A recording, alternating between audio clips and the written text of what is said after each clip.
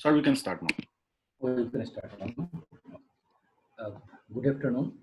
Myself, S.K. Jha, Department of Mathematics, Lamdin College.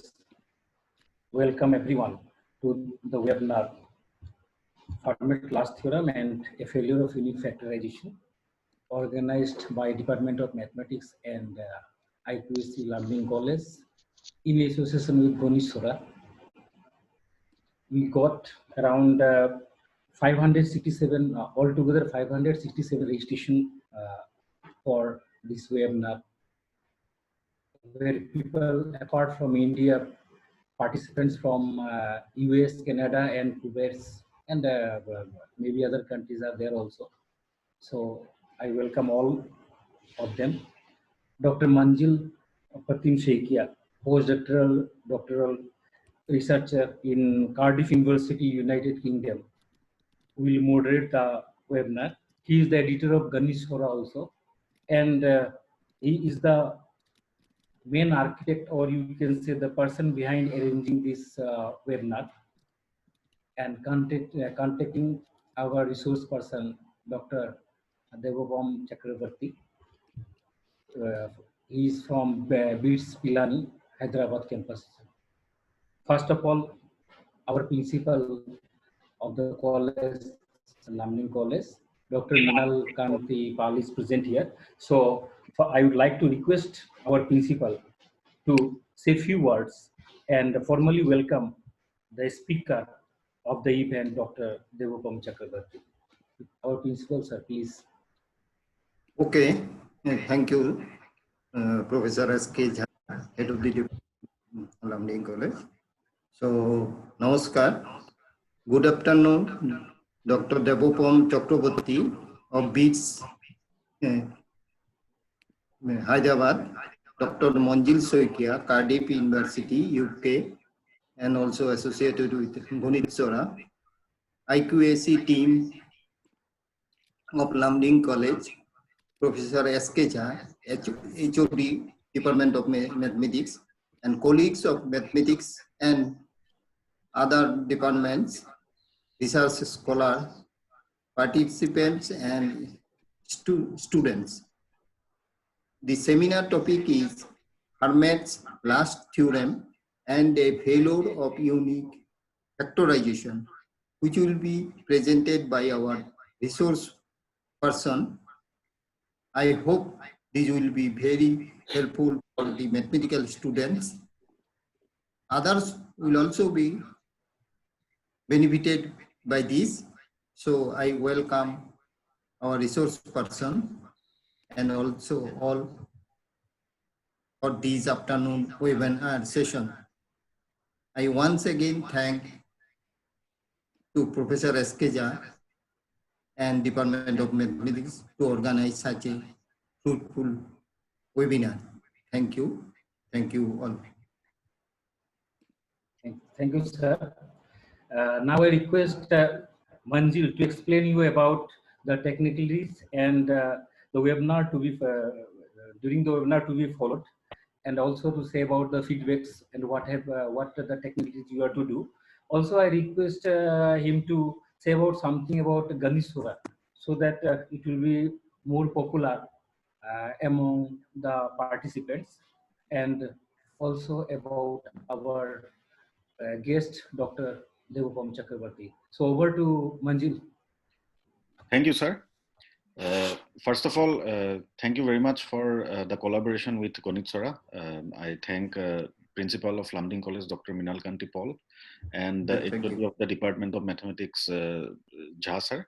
Thank you very much. And especially thanks to Dr. Devapam Chakrabarti for his valuable time. And he agreed in the first message when I asked him if he is willing to give a talk. I am very grateful to him for that.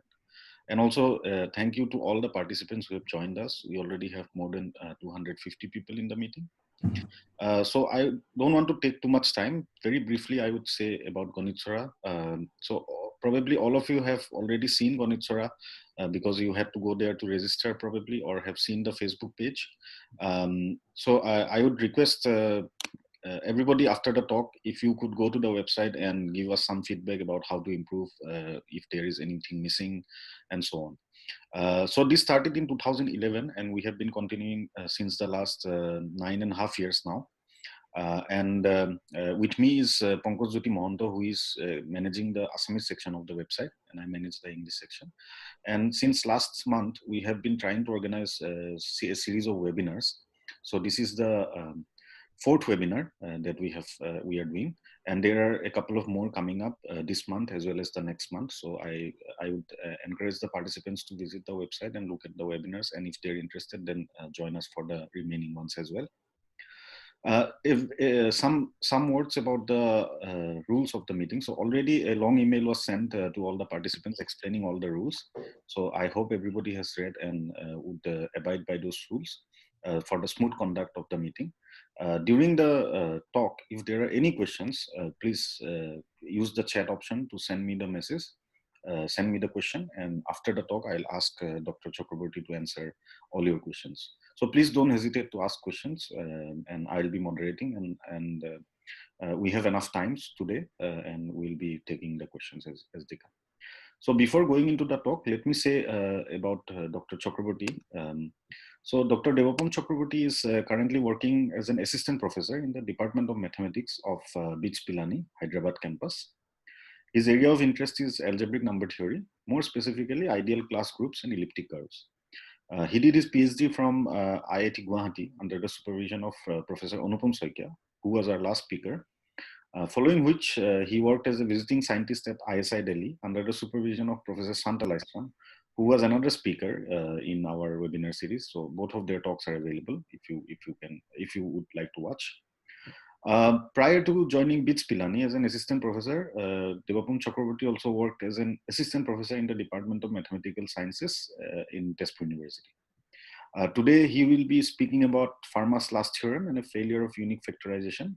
And now I would like to hand over to Dr. Chakraborty to deliver his talk. Thank you. Thank you, Manzil. Am I audible? I hope so. Yes. Yeah. So huge thanks to Professor Mrinalkanti Paul and Professor Jha for giving me the opportunity. And obviously a big thanks to Manzil also. Okay, so I will just, so basically before I start, I don't know, I just want to say one or two words what this presentation will be. So it's about Fermat's last theorem, which is, means almost all of you know what is Fermat's last theorem. It's one of the most celebrated theorem in number theory, probably in mathematics. And it took people 350 years to solve this theorem. Okay, so to expect that we will have a talk on 45 minutes or 50 minutes on Fermat's last theorem, it's not feasible. So I am not trying to give a means it's impossible to give a technical talk on Fermat's last theorem because it's probably, as far as I remember, it was in Guinness Book of World Record for most number of unsuccessful tries. And when I say most number of unsuccessful tries, they are tries by some legendary mathematicians. They did wrong proofs. They did some plot holes. They did some mistakes. And each of the beauty of this proof was that each of those mistakes, they generated something more. They gave birth to some parts of number theory. Algebraic number theory is come to some extent. Yes, people already knew long back. But to some extent, if you think the many parts of algebraic number theory came from the failure of people trying to prove Fermat's last theorem. So it's more like a history class. So it's a Sunday afternoon. You had probably your lunch. Situation is not going well outside.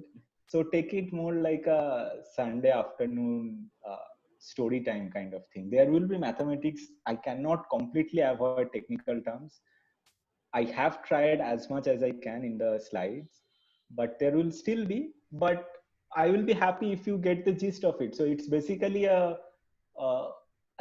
solution of an equation. So if you think it does not do much things, it does not send rockets to moon or try to find out some vaccines or anything, right? It's just some one person named Pierre Fermat. He just thought about there is an equation, whether it has a solution or not. And then people took 350 years. So the beauty is not what it does. Probably it does a lot of things. I don't know. I don't know whether it sends rockets to moon or not. But in principle, what it does, it challenges you. It challenges everyone. It challenged everyone. People like Andrew Wiles, even people before him, 350 years it took. So it challenged people's intellect that, oh, so it looks so easy. Why can't we know the answer? And then people started digging deep. And then they saw that, okay, even though the question looks so easy, it requires, probably, people don't know, it might have a very easy solution. Maybe one of you can come up with it at some point of time. But people saw that the solution is not very easy. It gave rise to so many different things. Like I probably will touch something called ideal class group and algebraic number theory, Galois representation and all these things. But that's the beauty of it. Okay. So do I share the screen, Manzil? Yes, go ahead, please. Yeah, thank you.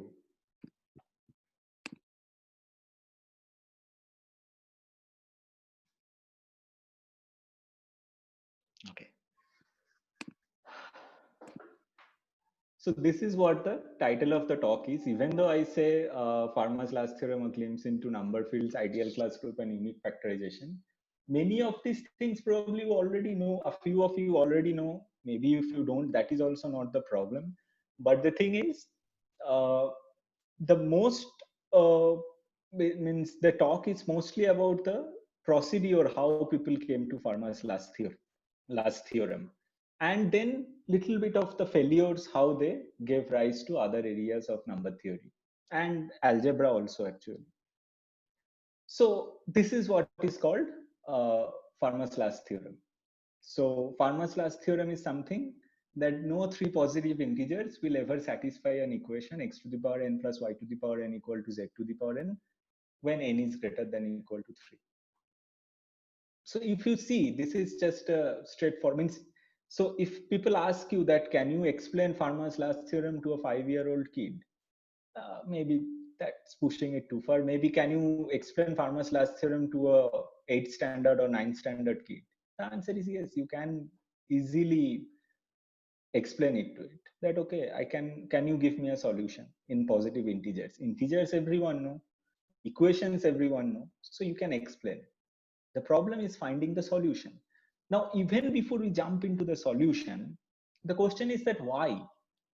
Why n greater than equal to 3? People suddenly, it's not like Fermat suddenly thought that, okay, I don't like the number n equal to 1 and n equal to 2. I start from 3. It's not like that.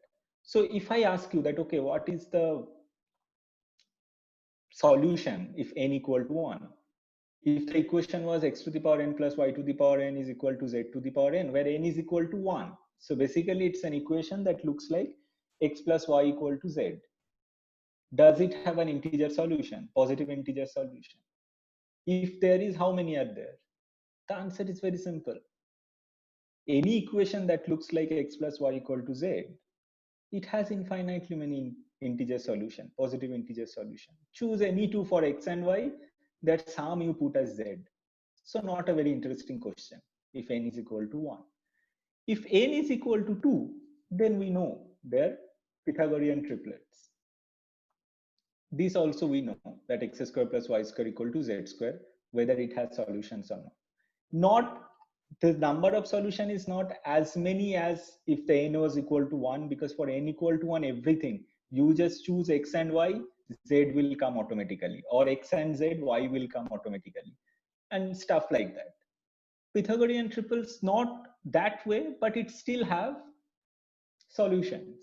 So if people knew that 3, 4, 5, it's probably the most common known, right? But you see, even in 1500 before Christ, that time also people knew that that is a solution. 4961, 6480, and 8161. So people knew about these things. This also, now you see, if we know that xyz is a solution to the x square plus y square equal to z square, then dx dy dz will also be a solution. Now we say it in this way, we use it in the reverse way. What is that?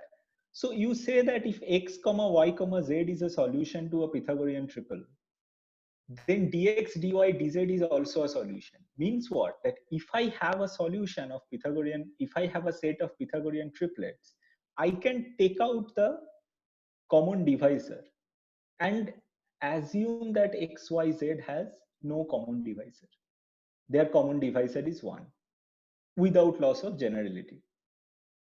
If they have a common divisor, take out that common divisor, we can assume that xyz has common divisor to be 1. Then they are called primitive Pythagorean triple. And this actually helps you find all different types of Pythagorean triples. So if you see that if they don't have any common divisor, then one of these x comma y has to be even. Correct. If one of these x comma y is even, then because if both of them are even, exactly one of x comma y has to be even. Because if both of them are even, then x square plus y square will be even, which is z square. But z square is even means z is also even.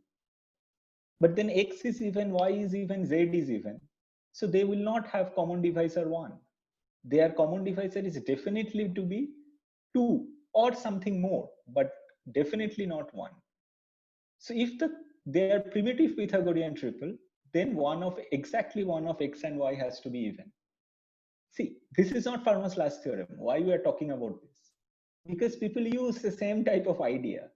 See, contrary to the popular belief that all the things, group, ring, fields, I don't know, in other parts of mathematics also, maybe function analysis, Hilbert space, Banach space, all these things, they are not invented to make your life very difficult, which it does in exam. When I was a student, it did.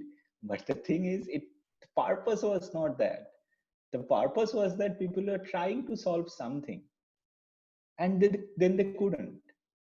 So they had to dig deep, right? So this is still now, you can, all these things that we are doing, we have seen till now, we all can understand so easily. The moment we go in the next step, we will find that, okay, sometimes it's working, sometimes it's not working. Maybe in the next step, it's not working at all. So we need a new way. We need to think in a different way.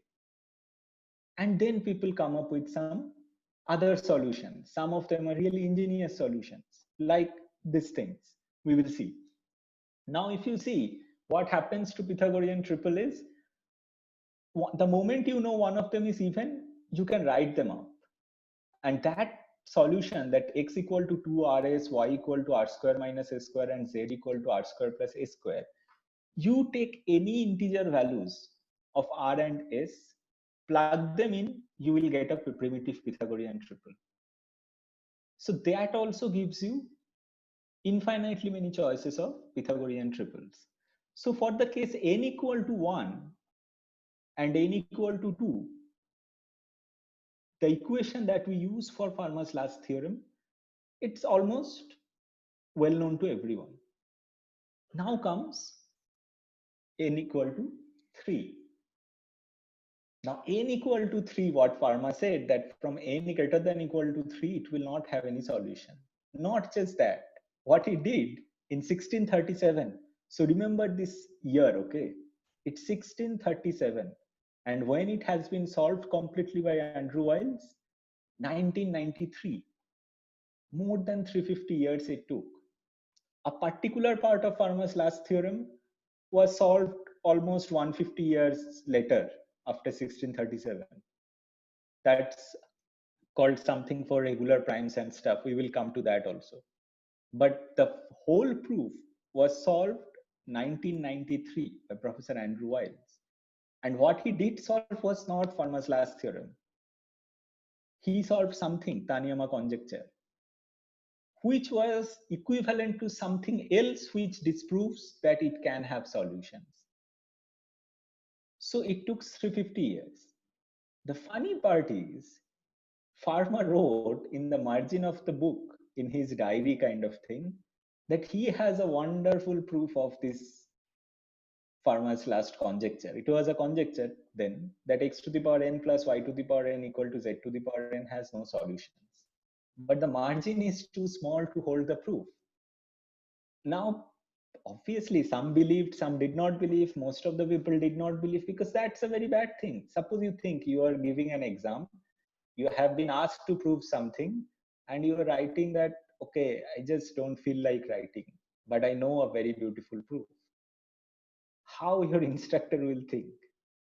So he wrote that, and then people took 350 years to solve this problem.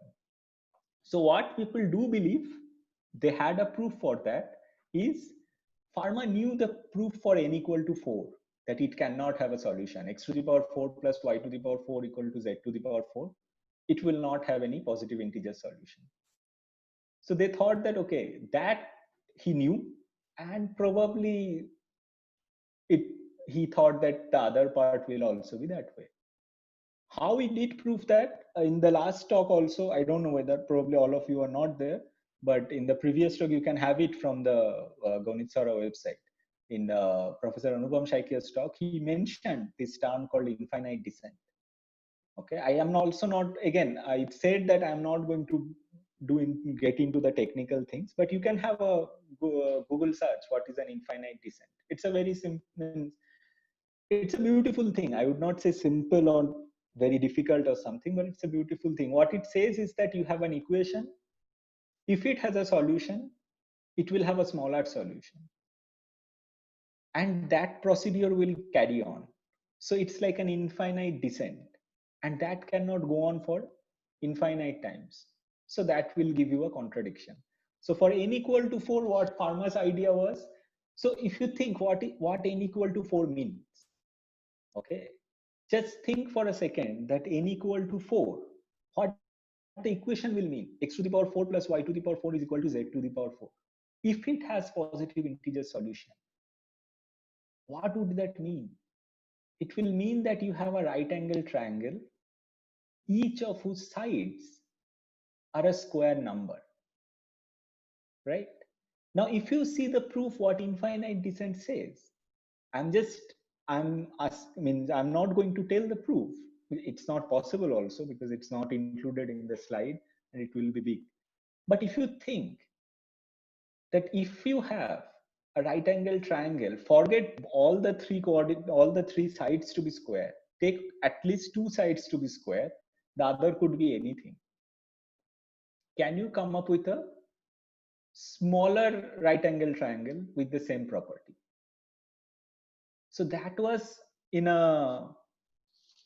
essence, that was the idea, that there they were trying to solve equations like x square plus y to the power 4 equal to z to the power 4, or x to the power 4 plus y square equal to z to the power 4, or x to the power 4 plus y to the power 4 equal to z square.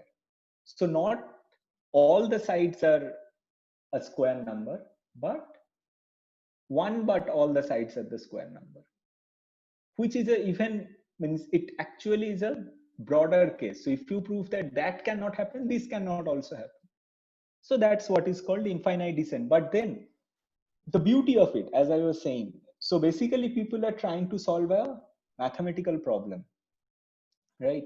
So think about this way, that you have been given a solution, you have to prove something in your exam, okay? And you have solved it. And then after 15 years, 20 years, or in this case, 200, 300, 350 years, people realize that, okay, so you use that method to solve a problem in the exam, but that method can be used to solve so many other things. So this infinite descent method, that name, whatever that method is, it was used to prove that n equal to 4, that equation will not have any solutions. You can use it to prove root 2 is irrational. There are lots and lots of usage of it. They have something called descent method in elliptic curve also. Okay, so they have, like, then after a few years, after a few centuries, things gets, you use some method here, then it is used somewhere else in completely different context. Okay, as we go on, you will see. So till now, everything is happening very classical. we have an equation we are trying to see. Even this infinite descent method that we are talking about, it's still, you can perceive it in a classical way, just solutions and stuff like that. Things will get little bit algebraic after this, and then after that it will be more geometric. I am not going to dwell into details, but I will mention when it becomes.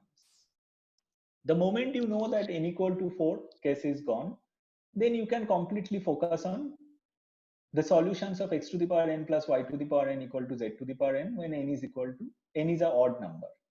Why? Just you think once, okay, that, oh, I can give you an idea. So suppose you want to prove that x to the power n plus y to the power n equal to z to the power n has no solutions, okay, no positive integer solutions. Suppose you prove it only for when n is a prime number, odd prime number, greater than equal to 3. And you prove that x to the power n plus y to the power n equal to z to the power n cannot have any positive integer solutions when n is an odd prime number. Would that be good enough? The answer is, think that whether it will be good enough or not. You can always tell, but what about x to the power 6 plus y to the power 6 equal to z to the power 6? Can it have a solution then? That's not a prime number. But if x to the power 6 plus y to the power 6 equal to z to the power 6 has a solution, that same solution, you can write x to the power 6 as x square whole cube plus y square whole cube equal to z square whole cube. So to have positive integer solutions to x to the power 6 plus y to the power 6 equal to z to the power 6 will eventually imply that you have a solution to x cube plus y cube equal to z cube. And that you have proved that it cannot happen. Not that same solution, but you will find a solution, right? So you can trim down the statement of Fermat's last theorem. And what it will say is that you are only looking for positive integer solutions of equation x to the power p plus y to the power p equal to z to the power p, where p greater than equal to 3 is a prime number. GCD of x comma y comma z is 1, because if they have common factor, throw them away. You can always take out from both the sides, you can divide them up. This is not needed, but I'm just adding, because if you add this condition, you will find a very straightforward proof that, okay, so now our equations is x to the power p plus y to the power p is equal to z to the power p. In addition, suppose small x, small y, small z is a solution such that p does not divide any one of them. Then can you prove that no such solutions will exist for n equal to 3 or 5? That will not prove Fermat's last theorem for n equal to 3. But a subclass of it might be proved. And that proof is very elementary. If you have done a classical number theory course, you must have known something called congruence properties, right? That if we say that A is congruent to B modulo C, when C divides A minus B. So every number modulo 5 is congruent to 0, 1, 2, 3, 4. Right? Or 5, 6, 7, 8, 9. Or 0 plus minus 1 plus minus 2. Stuff like that. So you see, I'm just going to tell you how the n equal to 3, you can give an elementary proof using that. So every positive integer x modulo 9, it is either 0 or 1 or 2 or 3 or up to 8. Now, what will happen to x cube? Because you want to prove that x cube plus y cube equal to z cube cannot have solutions x comma y comma z such that 3 does not divide x, y, z. If x is a modulo 9, then x cube will be 0 cube or 1 cube or 2 cube. And if you keep doing that, you will see that it has only options either minus 1 modulo 9 or 0 modulo 9 or 1 modulo 9. It cannot have any other options. But the moment you have that, you see, what is the options for x cube plus y cube? The option for x cube plus y cube is either minus 2, if both of them are minus 1, or 0 if one of them is -1, the other one is 1, or 2 if both of them are 1. Z cube also will have that options, but you see in Z cube we don't have the option 0. Why? Because if Z cube is 0 modulo 9, that means 9 divides Z cube. That means 3 divides Z. But that we already said that no, it cannot happen. So you see x cube plus y cube has this many options, Z cube has these 2 options. They are not matching. So x cube plus y cube cannot be equal to Z cube. Because if there are positive integers x comma y comma z which satisfy x cube plus y cube equal to Z cube, then modulo 9 also they should be same from both the sides. But you can see that it is not happening. Similarly, if you do for modulo 25, you will find that p equal to 5 will have the same problem. So you can give easy proofs for n equal to 3 and n equal to 5. Now you can come and tell, not now, after I bored you to the death by this talk. After that, you can come and tell me that why didn't you do this for all the other n's? Because this proof looks easy. The problem is that how many primes you will choose. There are infinitely many primes, right? There are infinitely many primes. Sad life, but that's true.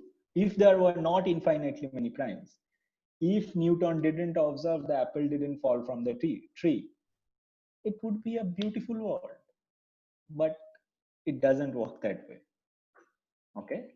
Now you see, so this was an elementary proof of, I would not say the Fermat's last theorem, because we assumed something. So it's a particular case that P does not divide any of the solutions. So P could have divided. So what it did, remember 1637. So 1753, Euler first gave a proof of n equal to 3. And you see the names that I am just throwing away here, they are all legendary mathematicians. So Euler came up on 1753 with the proof of n equal to 3. Then came Gauss, probably one of the best forget number theorists, mathematicians that we have ever had. He first gave a complete proof for n equal to 3. And this is important. Important in what sense? See what he is doing. So you have to find solutions for x cube plus y cube equal to z cube. What he did is gave x cube equal to z cube minus y cube, which looks like, so basically what they are trying to do is they are trying to give you a kind of a representation that, okay, x cube looks like product of certain things. You can do it for z cube also. You can factorize x cube plus y cube and then write z cube as some product of certain things. And that is where your first time you will see that, see the moment you so how they are writing z cube minus y cube, z minus y, z minus omega y, z minus omega square y. What is omega? Omega is cube root of 1, right? So but that cube root of 1 is the first time you are introducing something which is not an integer. X, y, z was integer. Omega is not an integer. So now you are going to a field. You are going to a field which is not rational. You are going to a ring which is not Z. It's something bigger where you were not previously. And in general, the idea is similar. That x to the power p plus y to the power p equal to z to the power p. You can still do the same thing, which is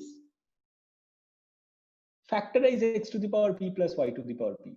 How you are factorizing it? X plus y into x plus zeta y, x plus zeta square y, and so on. What is zeta? It's the primitive pth root of unity. What is the primitive pth root of unity? Probably all of you know it's from, again, classical number theory. It's a root, like if you take fourth primitive root of unity, it's I or minus I, right? Third primitive root of unity, omega square. See, only thing, not the primitive root of unity, it's a, because there can be others. But the problem that they found, which we will tell in the next slide, there was a problem of factorization. Now what happens is, you see, in integers, if I give you a number, say, I don't know, 6 or 12, and then I tell you that, okay, 12 is A into B, and A and B has no common factors in between, then what is A, what is B? You will immediately tell me A is 4, B is 3. Good, absolutely correct. If I give you 6, 6 is A into B. A and B has no common factors. They cannot have anyway. So what are the options? A is 2, B is 3, or A is 3, B is 2. But that usually does not work in ring bigger than integers. That's a violation of fundamental theorem of arithmetic. As we know fundamental theorem of arithmetic, that every positive integer can be written uniquely as a product of primes up to the order, right? But if you go to 6 and in a bigger ring, say z root minus 5, then you can write 6 equal to 2 into 3, obviously. But also you can write it as 1 plus square root of minus 5, 1 minus square root of minus 5. Now, what is the problem? You might ask that, okay, so what is the problem? If I write 6 in 2 different ways, what is the problem? The more, the merrier. The problem is if someone tells you, okay, I don't know, I am giving you 36 is equal to A into B, where A and B has nothing common. Tell what is A, what is B. You can always tell them that, I don't know, A can be 2 into 1 plus square root of minus 5, B is 3 into 1 minus square root of 1 plus square root of 1 minus square root of minus 5. Pair 2 and 1 of this, 3 and the other. Or 2 and the 1 minus square root of minus 5 and 3 and the 1 plus square root of minus 5. See, for 12, our life was much easier. We know one of them was 4, another one of them was 3.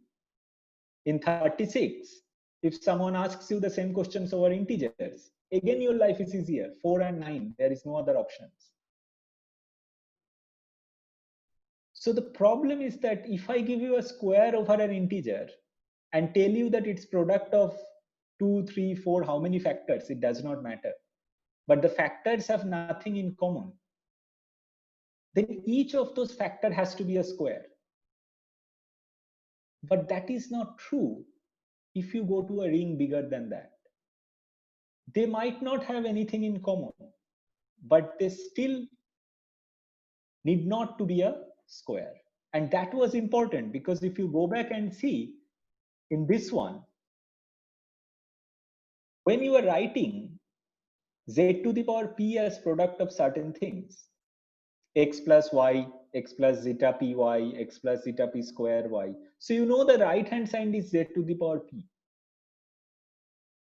Probably you can prove, definitely you can prove in the proof of one part of Fermat's last theorem, they can prove that the left hand side, that product, each pair of those terms, they are relatively prime. What that means, that's again in arithmetic in a bigger field. But suppose there is something called relatively prime. And each of those product is relatively prime, but that still does not tell you everything. They can be relatively prime, but does that imply that I can tell each of those things is something to the power p? I don't know, because that is not happening in Z. That is happening in a ring bigger than Z. Okay, so that was a problem, and that was a problem. You see, legendary mathematicians, they also faced that same problem. So what happened in 1847? Mathematician Lem, he announced that to the French Academy that he has the proof of Fermat's last theorem. That was a conjecture at that point of time. And he did the same mistake. He thought that that representation has unique factorization, which later Kumar pointed out that is not true. So as I said, this failure of unique factorizations, it actually gave rise to many different parts of algebraic number theory. especially called ideal class group, class numbers, and all these things, which we will come. Shortly after Lem's failed attempt, Kumar actually gave a proof, which I was telling that after around 150 years from the original statement, they had a proof. It was a proof for something called regular primes, which the definition, what is a regular prime, if I want, it seems a certain type of primes. It is certain type of primes, but to give the definition of it, we have to go through something called ideal class number and ideal class groups, okay, which we will come in the later part of this talk. After Kumar's partial answer, there were many mathematicians who were trying, and they got some result. You see, the result was known to be true for all n greater less than equal to that number. I can't even pronounce what that number is. 4 lakh, 40 lakh. They knew that the result is true for n less than equal to 40 lakh. So means x to the power n plus y to the power n equal to z to the power n has no positive integer solution for n less than equal to that. After that, we don't know. Now you see, we should, means many people would be happy in that, right? Because, okay, so many numbers, probably there is no solutions. If you don't have solutions till n equal to 40 lakh, you can just be happy and leave it there. But the problem in mathematics is that it does not work that way. Because you see the next example that I'm going to show, why it does not work that way.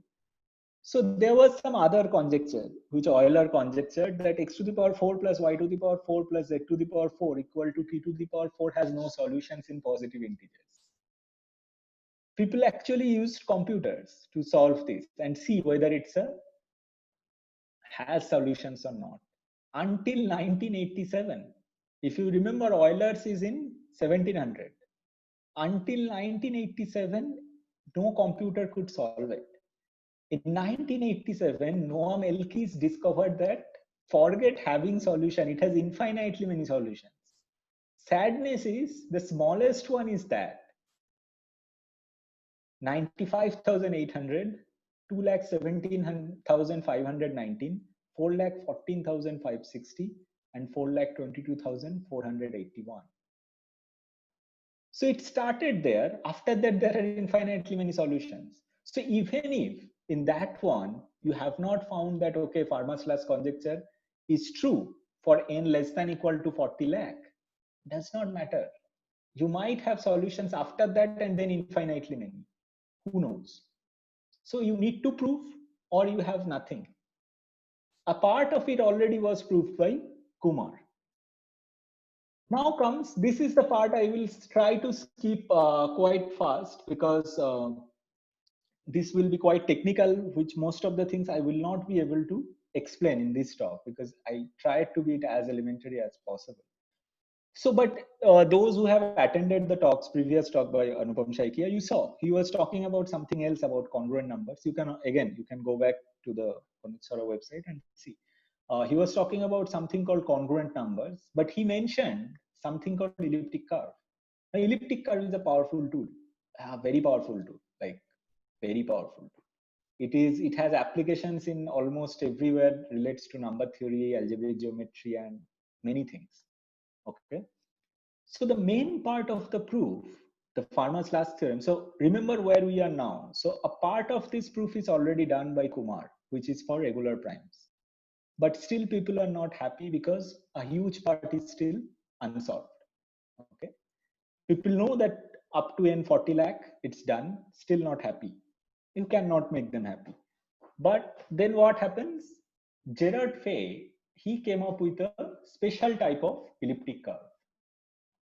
It's called Fay elliptic curve. How it is defined? It's a curve that looks like this. If you don't know what is an elliptic curve, not a big deal. Just remember that there is a curve that looks like this. An equation that looks like this. Y square equal to, yeah, that y should be small, but okay. So y square equal to x into x plus u to the power p into x plus v to the power p. Importance is UVW is a solution to x to the power p plus y to the power p equal to z to the power p. So this u and v, they are coming from the equation that is related to Fermat's last theorem, last conjecture at that time. So if you have a counter example to FLT, Fermat's last theorem, you will have an elliptic curve named Frey elliptic curve. Because this UV will be a solution to this, and you are saying that Fermat's last conjecture is saying that it cannot have solutions. So if you have a Frey elliptic curve, that's a counter example to Fermat's last theorem. If you have a counter example to Fermat's last theorem, you have a Frey elliptic curve.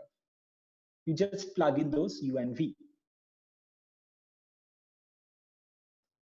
What I said, right? So if you can give a contradiction to the existence of one such curve, that this Frey elliptic curve can never exist, that will be proof of Fermat's last theorem.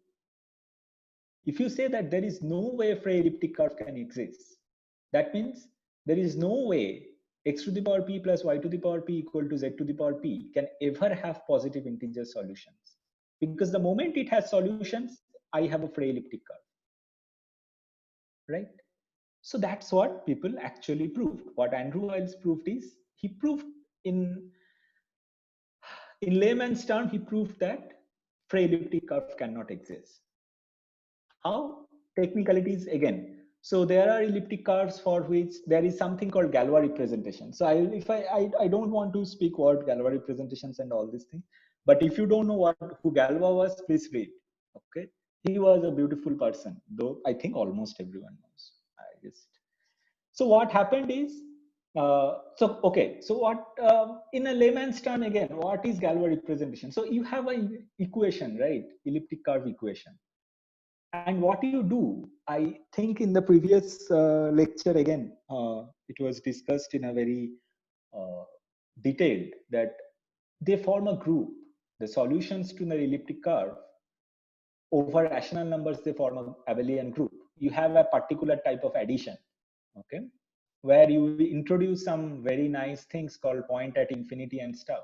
They are stuff like, you might find them very like, you know, those Euclid's lemma, right? Where everything has to be proper, two parallel lines cannot meet, and all this stuff are there, right? And then you have seen some probably you all have seen some very nice science fiction movies like, I don't know, Inception and stuff, where things are, I forgot, where reality is bending and all these things are happening, right? Very entertaining things. So what happens is, when if you have not read, you can go back and read. It's a very entertaining read. You can see about what is point at infinity, and you will see that people are actually talking about that, okay, those things that actually holds our mathematical understanding, that two parallel lines cannot meet, okay, and all this stuff, I can actually modify one of those conditions and then try to see what happens to this new space. If I try, see that, I don't know, but probably that is always the motto with the mathematicians. You tell them anything and then they will say, okay, so you give me three conditions. Let me see if I just take out one. What will happen to this world? Probably it will burn, but let me still see. Okay, so the Galois representation is that you are talking about elliptic curve which has solutions over a number field. What is a number field? I will say in a few minutes. And then it has some algebraic closure, which is a bigger number field. And you can define a Galois group of that closure over this number field, which is a group. If it is a group, it has an action on the solutions, okay? And that is kind of gives you a representation and all these things. Technicalities.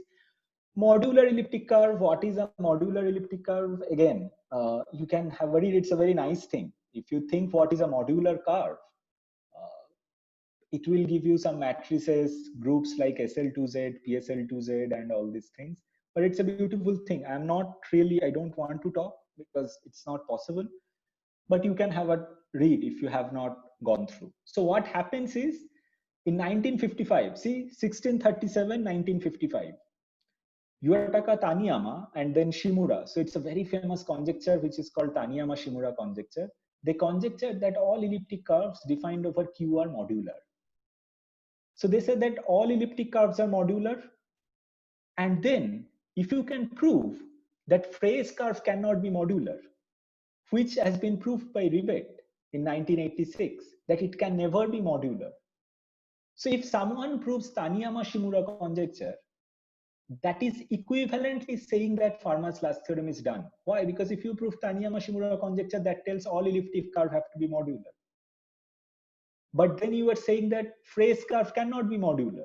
So it cannot be an elliptic curve. So if it is not an elliptic curve, as we have just saw, it cannot have a solution that x to the power p plus y to the power p equal to z to the power p cannot have solutions. It seems easy, it's not. So that was the idea. So Ribet's work actually allowed Professor Andrew Wiles to start with the solutions. He was an expert in elliptic curve and modular forms. And then in 1993, he proved that if it exists, it has to be modular Frey's curve, which is contradicting Ribet's work and hence giving the Fermat's last theorem, makes it a theorem. It was a conjecture till then it became a theorem. It seems easy as I have omitted all the technicalities. So basically there were problems. Okay, so Andrew Wiles, he wanted a map to be onto a particular type of Galois representations called rho 3. He wanted it to be onto, but it was not coming. Then there was a result by Mazur around, I think, 86 or sometime around that time, which helped. And then the funny thing is, so that time he was taking a course in in Princeton, and when he solved this proof, and he wanted to announce this proof in a class, but all but one student, Nicholas Cards, they dropped that course. Okay, so that did not work out very well. But his proof has some plot holes. So once he submitted, it came back later, which he found rectified those plot holes with his former student Richard Taylor and gave a final proof in October 1994.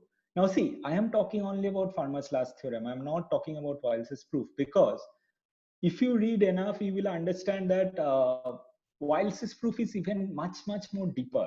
So Fermat's last theorem comes as a corollary to this. That proof has implications in many other things, like again what Professor Shaikia said in the last lecture, there is something called BSD conjecture and all these things, because by now this proof is completely related to L functions and modular forms and all these things. So it has deep implications in various different parts of mathematics. But that was what Fermat's last theorem was. Okay, so this was the idea of Fermat's last theorem. Okay, so I don't know whether I probably maybe I will finish. There are 2-3 more slides. I will just finish, and then we can have a chance for discussions. So this was the idea of Fermat's last theorem. This was the journey of Fermat's last theorem. What happens after? Yeah. Sorry to disturb, but you can take your time. It is not a problem. Okay. No, I was thinking, Manjul, that whether to stop now and take questions, or maybe finish. I have some 3-4 more slides.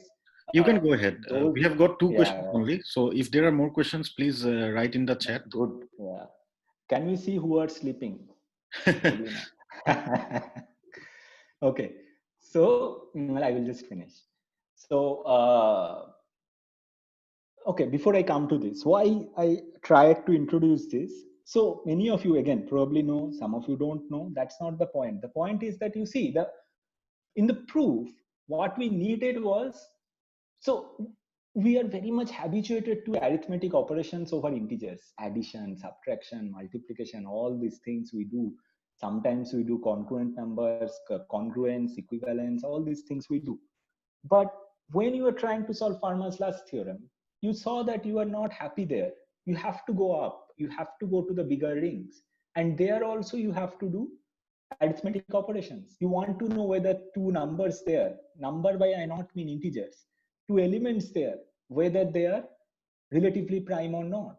Forget relatively prime. First thing that you want to know is that you have rational numbers. You have a subring of rational number Z, right? Ring of integers. When I say ring of integers, I don't mean ring of, means that's the problem because ring of integers has a very specific meaning in number theory. Okay, it is something that looks like Z. So you have this setup that you already know, Z and Q. Z is a ring sitting inside Q. If you do the field of fraction of Z, you will get Q and all these things you already have.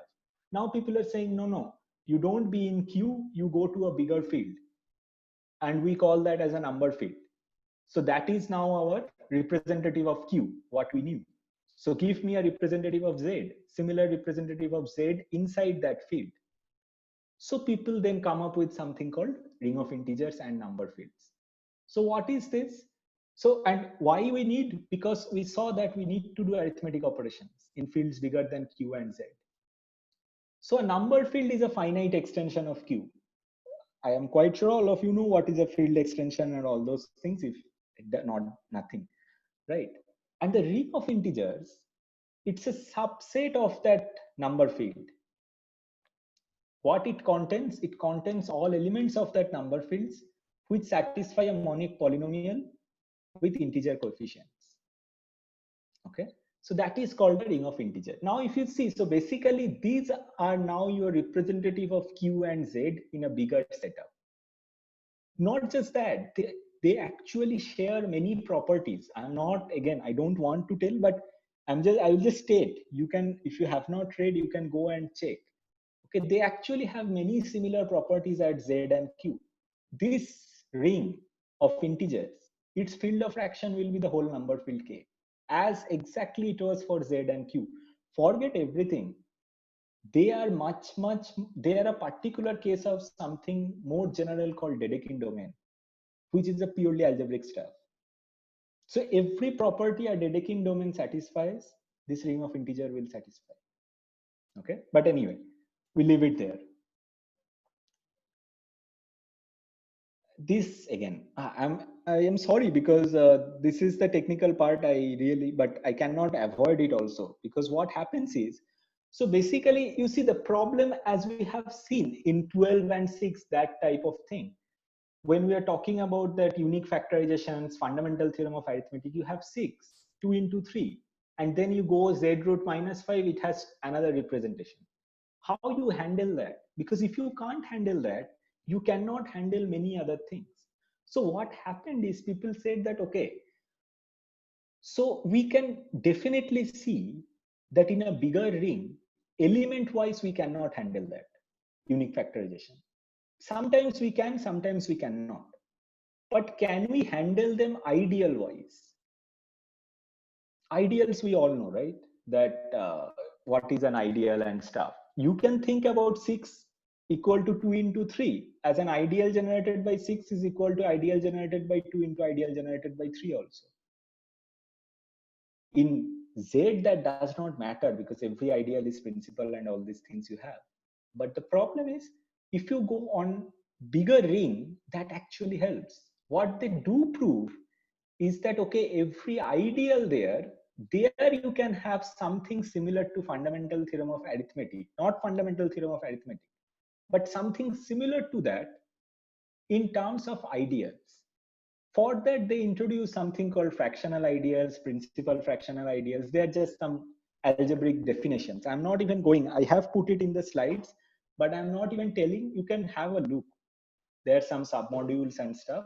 What happens is, they actually, the second statement, this one, that every non-zero ideal of a ring of integer, which is rings like Z root minus 5 and stuff, they can be written as a product of prime ideals, unique up to the order of factors. That's a statement we love. That's a statement we know. That's a statement we know for as a fundamental theorem of arithmetic. The moment that ring is my just integers, we know.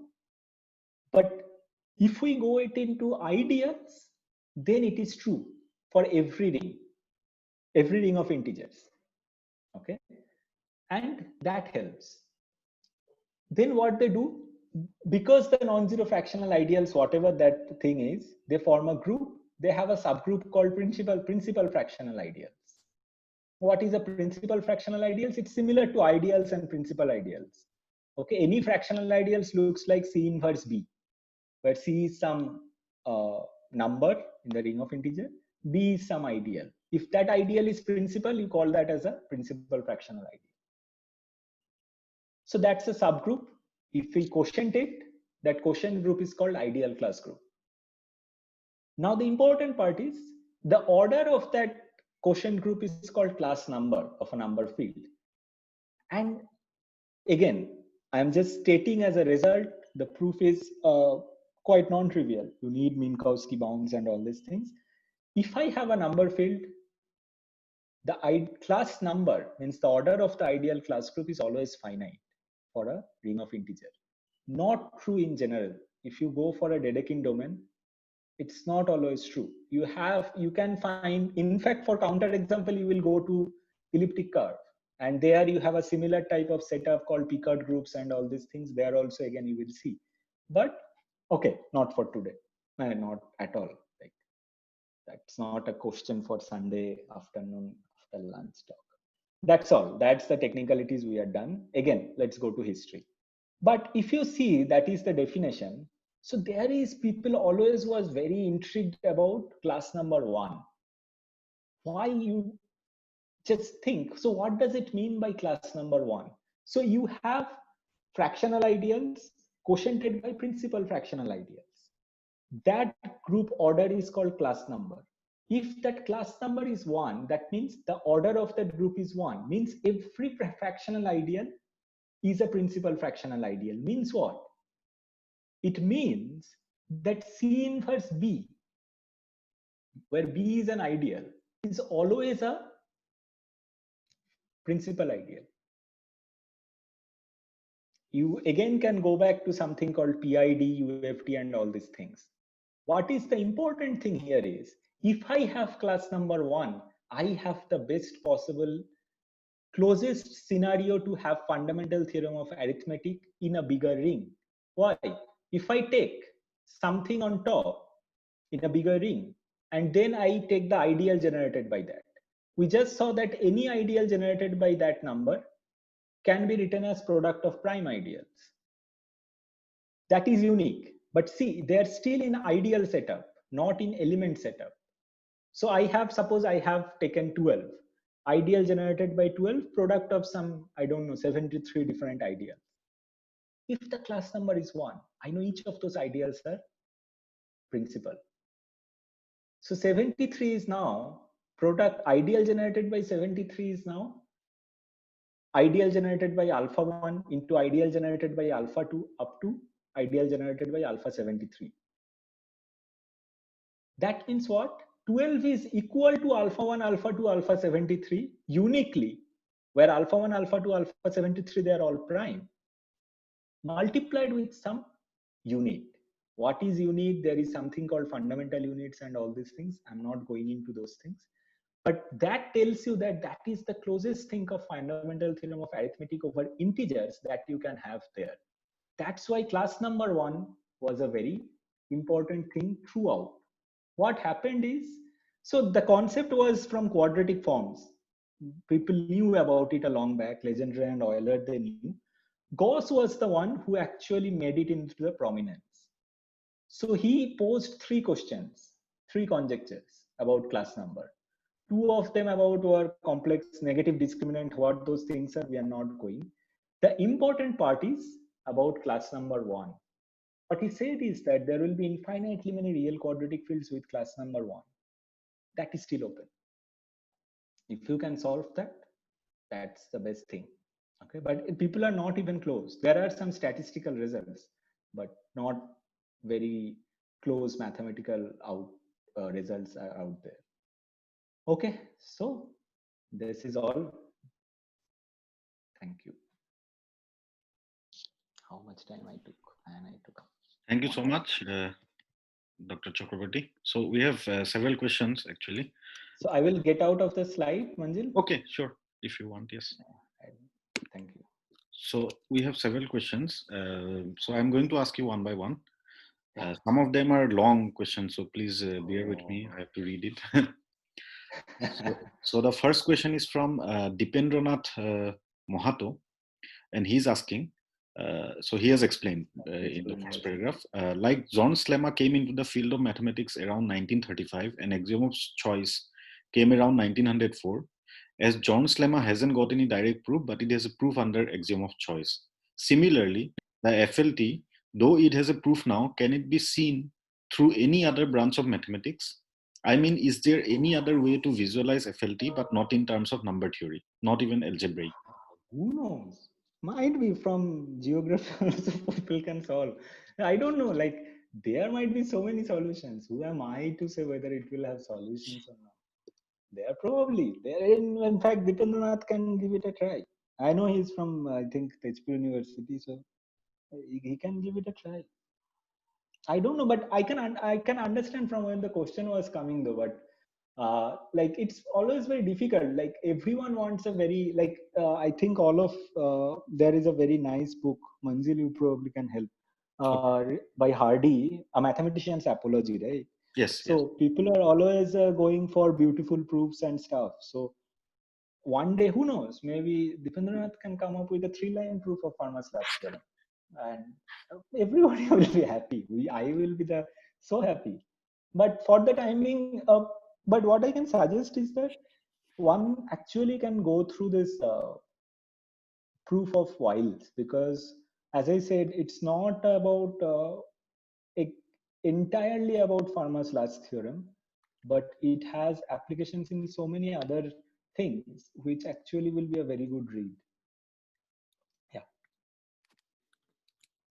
Thank you. I don't know. So the next question is from Rohini Sahu. She's asking why the proof of Fermat's last theorem doesn't need to be enhanced. Yeah, there is a good argument about all these things. There is I think I read some article about this. But again, I am in no position to answer that. Whether it should be enhanced, whether it should not be enhanced. Uh, that is a question I think for people like Ribet, Wiles, and all these mathematicians. They are actually the one who did it, and I know there is a continuous there is an ongoing talk about all these things, whether it should be enhanced, whether it should not be enhanced. But I don't think I'm in a position to answer that, because that is quite people who are involved in that. Because again, the answer will basically go back to the same thing. The proof that was given by Wiles, it has extensive applications in Iwasawa theory and other things, which again, probably I'm not in the best position to talk about, but I'm not very sure whether I can answer this question. I'm sorry, Rohini, I'm really sorry. Okay. So we have more questions. So Nancy James is asking a general question to you, and probably many people would have the same question. So she's asking, could you please recommend books covering basics in number theory and algebraic number theory? Yeah, that's why. Please suggest books assuming that the research student is very new to this subject. Yeah, that's why in the end of my slide, I have mentioned a book by which can be read like a storybook kind of thing. It's a very straightforward book, Algebraic Number Theory and Fermat's Last Theorem by Ian Stewart and David Tall. Okay, so it's in the slide. So if you upload it, it will be there. That's a very straightforward storybook type of thing. Oh, okay. Okay. So it's a very straightforward storybook type of thing. If someone wants to read a little bit more mathematical book, then probably it will be, there is a book by Neukert in algebraic number theory. That's a good book. So your video is not clear, so I have asked you again to start. Yeah. But you are not visible actually. I know. In my eye, I see that I'm stuck. Okay. Not a very good thing to. Okay, then maybe you can probably put up the first slide so that it looks nice. Okay. Let's see. So the next question is by Ujjwal Khatoniar. He's asking, are people still trying to find an elementary proof? Further, what is the progress in this regard?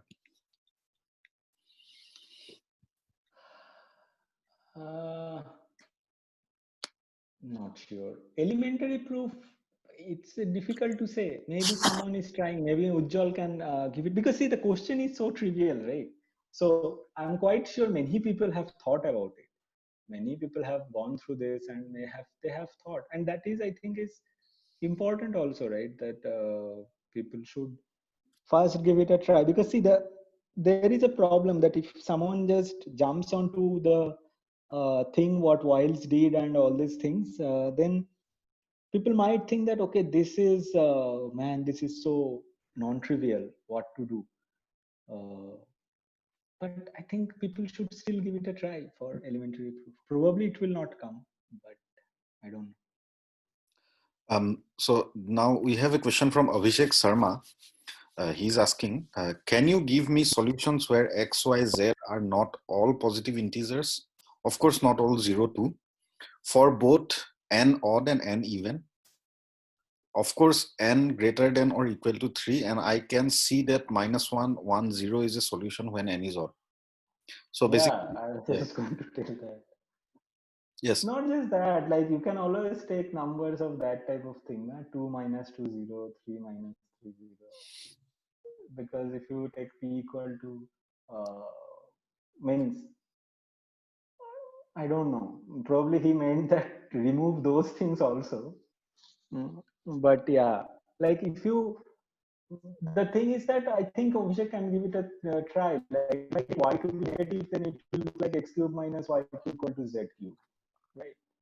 So the obvious solution is take x and minus x, not just 1 and -1. You can take any x to be a positive thing. If there is other, then you can think what will be the factorizations of x cube minus y cube, and from there can we come up with something. But then again, what you will have is z cube is x minus y and that product, right? X square plus, and what I have included in Euler's original try, what he did. And then from there one can see. But yeah, negative makes life easier because you can always come up with this x minus x and 0 for infinitely many x. But I think he wanted some others that I don't know. I might have to think. Next question is from Kukil Raskwa. So the question is there a version of Fermat's theorem in general ring? Generally means you are saying that x to the power n plus y to the power n equal to z to the power n, where x, y, z are not integers. In But the some thing is, yeah, but the thing is that in a general setup, if you do, so in, one can think about it, but x to the power n plus y to the power n put again. The problem with integers was that, so I can put any two integers. Just think about this way, that if I put, suppose x and y, I fix it to be integers, right? 2 and 3, suppose you take, and n equal to take 5. So 2 to the power 5 plus 3 to the power 5 is some number I will get. And then I take fifth root of that, take that bigger ring, and that will be my z. Isn't it? 2 to the power 5 will be, maybe if I take 3, 2 cube plus 3 cube, say 27 plus 8, 35. And take third root of 35, put that as my z. So it has a solution in z third root of 35. That way means, I think the questions can be modified. Otherwise, it will be straightforward. That okay, x cube plus y cube equal to z cube has solutions in z cube root of 35, 2, 3, and third root of 35. But yeah, I think maybe the questions can be modified to make it a little bit tougher. Okay. I can ask it in my next algebraic number theory course. So Gaurango Kumar is asking, what fundamental and new mathematical and technical ideas and applications were a consequence of the FLT and the proof of it by Andrew Wiles? Pardon me, I didn't get the question properly. So he's asking what fundamental and new mathematical and technical ideas and applications were a consequence of the FLT and the proof of it by Andrew Wiles. As I said, like the proof of it, as I said, it was not exactly like, it has huge applications in elliptic curve modular forms, that conjecture, BHD conjecture, Bach-Sontander conjecture, Iwasawa theory. It has like huge applications in all those things. As Professor Shaikia said in his previous talk, Bach-Sontander conjecture is one of the millennium problem. And it talks about algebra in layman's term again, algebraic rank and analytic rank of an elliptic curve, whether you can talk. And actually Andrew Wiles gave results there also for rank 0 curve and stuff. And this proof is basically for the application is more into those things. FLT came as a corollary because it gives positive results for Taniyama-Shimura conjecture, which is good enough to disprove that it can have solutions, Fermat's last equation. That equation can have solutions. But yeah, it is very, very important. It will probably take some time because it is quite non-trivial. It is quite a bit non-trivial because it uses almost every branch of mathematics, like number theory, geometry, algebraic geometry, analysis, L functions are there. So it's a non-trivial result, but it has huge applications. The next question is by Homen Borua. So he's asking, is unique factorization possible in each ring of integers? So this was already probably explained. We just saw z root minus 5. But Homen can ask that, how do you know that's a ring of integer? That's a fault. Means the problem of a non-technical talk is that, like, I said what is a ring of integer, but it does not means I can ask Homen to believe me that that is a ring of integer. There are actually, for quadratic fields, it's very easy to find who their ring of integers are. Like if I have a quadratic field q root d, the ring of integers will always look like z root d if d is not 1 mod 4. If d is 1 mod 4, there will be a 2 in the denominator, something like that. Like I'm not saying in detail, but so z root 5 will be a ring of integer. You saw that it's not a unique factorization domain. But then again, he can ask that, okay, how do you know those are prime numbers? 1 plus square root of 5 minus 5, 1 minus square root of minus 5. They could be not prime also, because there is that problem with prime and irreducibles and all these things. But yeah, that will be ask. Homen can have a nice read of Damittenfoot and stuff, and he will find out. The next question is by Pappu Das.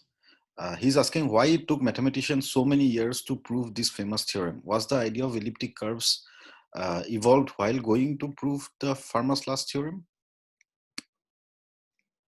It helped because the whole proof was on that. Now, if Gerard Fay was here, Pappu could have asked him that from where you came up with this elliptic curve idea, right? Because the moment he came with that Frey elliptic curve, people just jumped onto it and say that, okay, we have our breakthrough. Because still then there was, people are not, like, many people have tried. Definitely. That's why I'm not sure, but I think I read it somewhere that it's in the Guinness Book of World Records for most number of unsuccessful tries. So I'm quite sure people have tried it from many different angles, but one of those angles worked. There is no guarantee that there is no other angles. So somehow other angles might work also, but I don't know. That Frey's curve actually worked, so it took some time. You can believe Fermat. He had the proof already done, written in his margin of the book, because he didn't have much space. So you don't know. The next question is actually related to your last comment about Fermat. So Hidayananda Soikia is asking, do you believe Fermat actually had the solution considering the sophistications used to finally prove it? That's what, like most of the mathematicians, they don't, because the thing is, I don't know, like it feels bad, right? That people took 350 years and he had the proof. As I said, many believe that he knew the proof that infinite descent gave for n equal to 4. But I don't think he knew it for, means it doesn't matter what I think, but to be honest, I don't think anything. But I think of people, some believe, some does not. If you believe, it might be a good story for, I mean, it's a very good story, right? Because that time elliptic curve, like one thing is there, like we gave it names, right? Like class group, class number, elliptic curves, even ideals, rings, groups. But many people already knew, like when you gave these names, class group, class number, people knew them. Like when people were doing quadratic forms, they had the idea. Like when Gauss, those three conjectures I said, none of them were in terms of class groups, class numbers. They were given in terms of quadratic forms. But later people kind of gave, means formulate those names and then restated those conjectures in terms of those newly found formulations. So you might think Fermat might know all these things. Okay. The next question is from Professor Adeline Bhupang. So the question is, have people, instead of finite extensions of Q, taken infinite extensions and worked on similar ideas of ideal class groups? Means there is a problem like means infinite extension is there, but that's like an infinite tower of extensions that comes in like USR theory a lot. But the problem with infinite extension is because you have finite, like what happens is that a finite extension gives you a finite vector space. Like if I, why people go for number fields, by definition, number fields are finite extensions. So because that gives them a basis as a vector space. And the moment you have a basis as a vector space, the ring of integer when they define, that also is a free abelian group of rank, same as like, they also have this type of things. The finite number is important in all those definitions. If you make it infinite, then I'm not very sure. Like, first of all, these definitions, these original definitions needs to be modified. That these things, that number fields, ring of integers. Then the problem is that the moment you have an infinite extension, maybe the Galois groups will again, they need to be modified, even though they have results like that.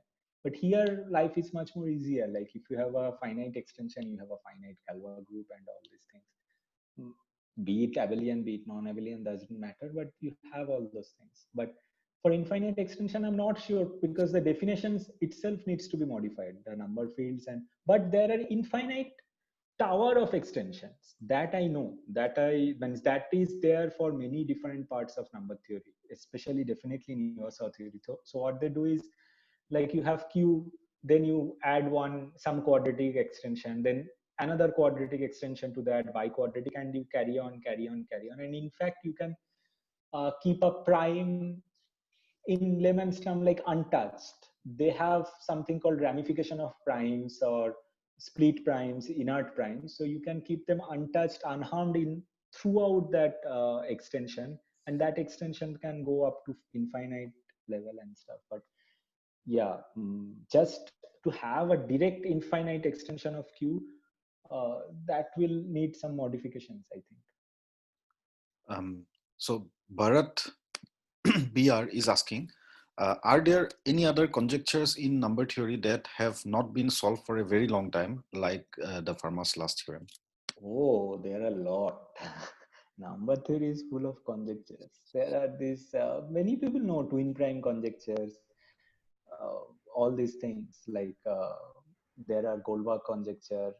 You can add also, you also means there are a lot. You can actually, Bharat, you can, if you can hear me, some people are writing to me, your voice is not clear. But yeah, if you can hear me, you can just search in online, okay? But obviously, like if you go through Professor Shaikia's talk in previous talk, Bach-Sontander conjecture, that's a good conjecture. If you solve it, you will get a $1 million also. So there are lots of conjectures. Sorry, did you wanted to add more? No. So there are lots of conjectures. So Priyabrata Mandal is asking why this is called Fermat's last theorem. So within quotation last. Yeah, because he has a little theorem, which we all know. Right. And in fact, there is a funny story. I think when Wiles was proving this final touch when he was giving, so because I said he had some problem in some Galois representation, he wanted to show it as onto and all this stuff, but he was not getting. But then Mazur's result came up. So before that, I think he did the proof, and send it to some other people. I think some of his close associates, and there he mentioned Fermat's last theorem as Fermat's lost theorem. So that was again, I am getting it from online material, so that's my source, but I find it really funny. But I think the last theorem comes from because it already had a well-known Fermat's little theorem that a to the power p minus 1 is congruent to 1 modulo p when p does not divide a, and all these things are there, right? So I think that's why Fermat's last conjecture it was. Maybe that was his last conjecture. I'm not sure. Maybe that's how it came. So there are a few more questions which are not actually related to your talk. So would you like to take them? It's up to you. So you can also decline to answer. Yeah, I will decline to answer. Tell me, I'm just joking. So one question is by Gautam Bose. So Gautam is asking how to introduce x square plus y square equal to z square to school going students, according to you? I made a mistake. I said that it can be said to 5-year-old child, and then I said 8th standard students. But I don't know, like because multiplication we already know, right? So x square plus y square equal to z square. If means I don't know, means I'm not probably the best person, a person with teaching experience of I don't know how many, 3 years only. I'm probably not the best person to answer that. Definitely not the best person to answer that. But because multiplication we already know, so we can ask them that x square plus y square equal to z square. That can you give me? I don't know. I'm just saying the same thing. That can you give me some 2 or 3 integers? People know, right? In 8th standard, 9th standard, they know that what are integers. So it's like plug the hole. That give me 3, and such that they will both the sides will give you the same value. Horrible. I understand, but I don't know. That I thought that was probably the best thing. I should have maybe next time if I'm giving another talk on Farmer's last theorem, I will not say it's standard. I will go from PhD level. Yeah. So Abhilash Kumar Das has a few questions which are completely unrelated to your talk, but I'm still going to read the question, so it is up to you. He's asking what are the major differences in doing PhD in Indian colleges and in doing abroad? And his next question is when you can actually we can share this, right? You and I both can share this, but I don't know how much time do you have. I can tell you a very funny story. I mean, I would ask Abhilash to email both of us, and then we can give our views. So Abhilash, please email Dr. Chakraborty and me about your question. And also, his next question is a bit sort of philosophical or something. So he's asking, when will we see Indians winning Fields Medal? Your thoughts? Abhilash, we are rooting for you, both me and Manzil. Yes, definitely, yes. Our time has gone. I don't know, Manzil is probably still there, but we are rooting for you, definitely. But it can happen. Like there are so many insanely beautiful people who are working in mathematics. Probably it will happen. I don't know.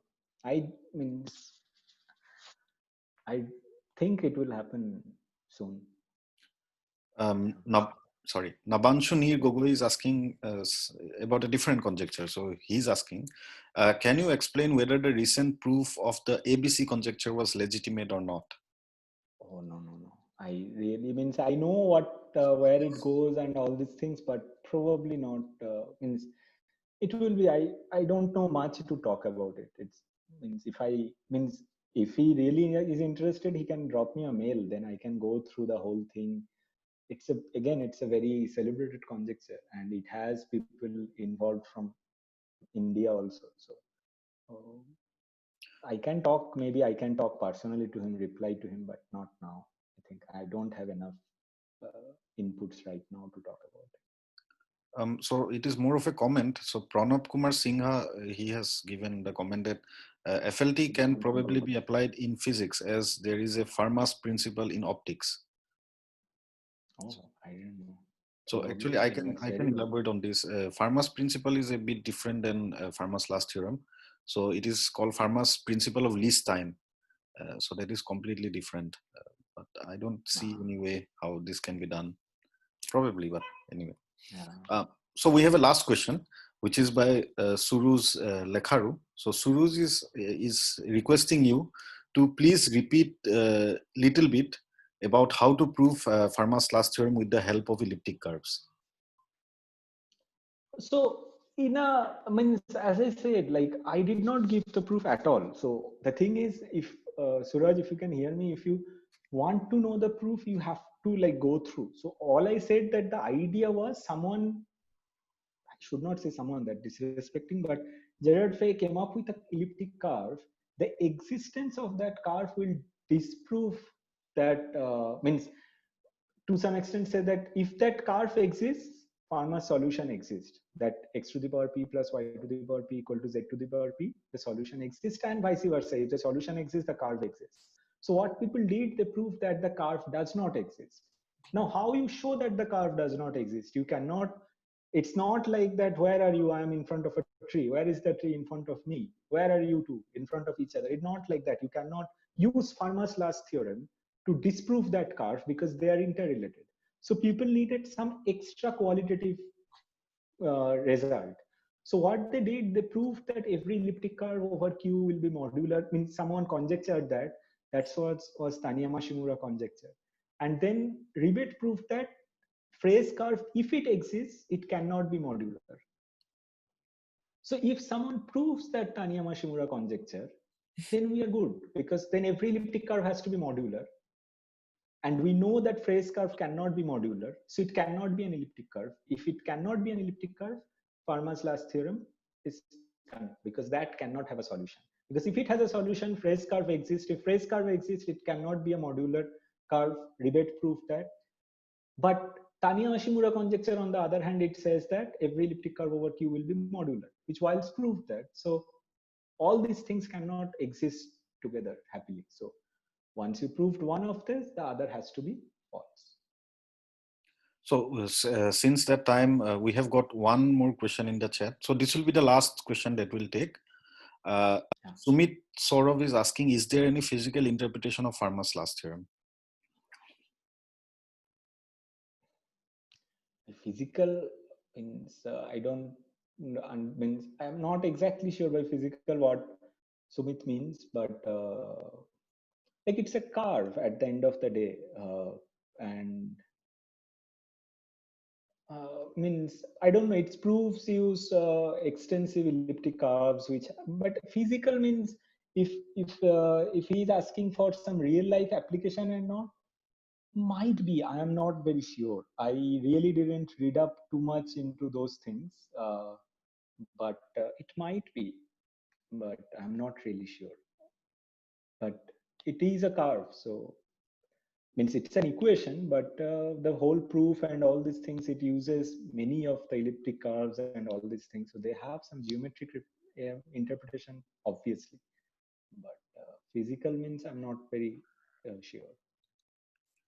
So thank you, Dr. Chakraborty, for the wonderful talk and also for the wonderful question and answer session.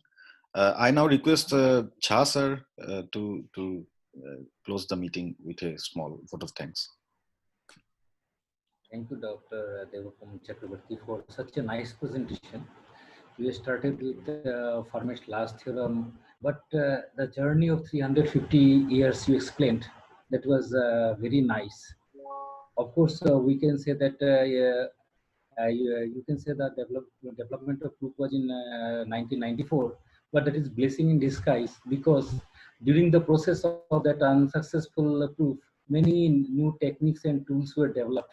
And if suppose the proof was that means found in the 10 years or 15 years after Fermat gave the theorem, we might not have got many more development that was due to this Fermat's theorem for that unsuccessful attempts you told. And of course, I also heard that it is in the Guinness Book of World Record for unsuccessful attempts to solve this. So very nice presentation, and I thank you from all of us, from all participants, and hope to see you in future also for some presentation. So thank you very much.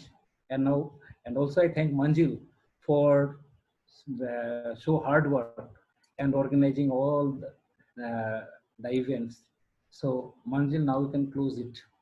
So over to Manjil now. Thank you, sir. Dr. Chakraborty, if you have any comments, otherwise we can close the meeting.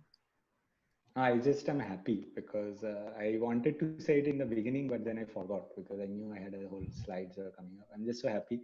Manjil, I have met him, Poroma, and I met new people, Professor Jha, Professor Paul.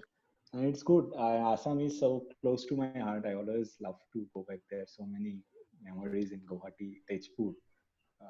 And now there are other places also are now getting added to that list.